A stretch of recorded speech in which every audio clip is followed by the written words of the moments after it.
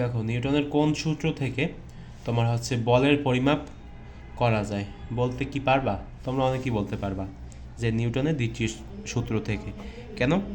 কারণ দ্বিতীয় সূত্রটা কি বলো তো? এফ সমান সমান হচ্ছে তোমার এম এ, ঠিক আছে?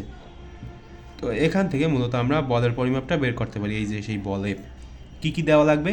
তো এখানে তোমাদের এম জানা থাকা লাগবে, এম হচ্ছে তোমার ভর, আর হচ্ছে তোমার ত্বরণ জানা থাকা লাগবে। তাহলে হচ্ছে তুমি কি বের করতে পারবে বলো তো? এই যে বলের যে পরিমাপ সেটা তুমি করতে পারবা যদি তোমাদের কাছে এই যে এম এবং এর মান জানা থাকে তাহলে। আচ্ছা, কিন্তু এই যে প্রথম সূত্র বা তৃতীয় সূত্র দিয়ে কিন্তু এগুলো পরিমাপ করা যাবে না, বলের যে পরিমাপ সেটা কিন্তু করা যাবে না, ঠিক আছে? তো তোমরা দেখতে থাকো, আমরা পরবর্তীতে আসলে বিষয়টা কি এখানে তোমাদের ম্যাথমেটিক্যাল যে টার্মগুলো সেগুলো একটু কম কম দেখতেছি। তো আমি চেয়েছিলাম যে ম্যাথমেটিক্সগুলো একটু বেশি করাতে, যাতে তোমাদের কনসেপ্টগুলো ক্লিয়ার হয় সেজন্য।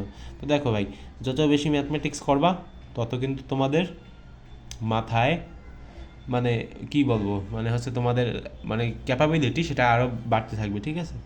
তো চেষ্টা করবা ম্যাথগুলো ইগনোর না করা, ঠিক আছে?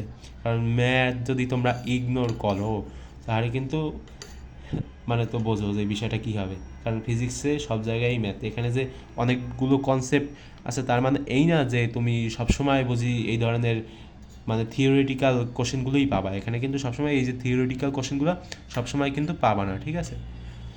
ম্যাথমেটিক্যাল কোশ্চেনগুলোই আর কি বেশি পাবা পরবর্তীতে ফিউচারে।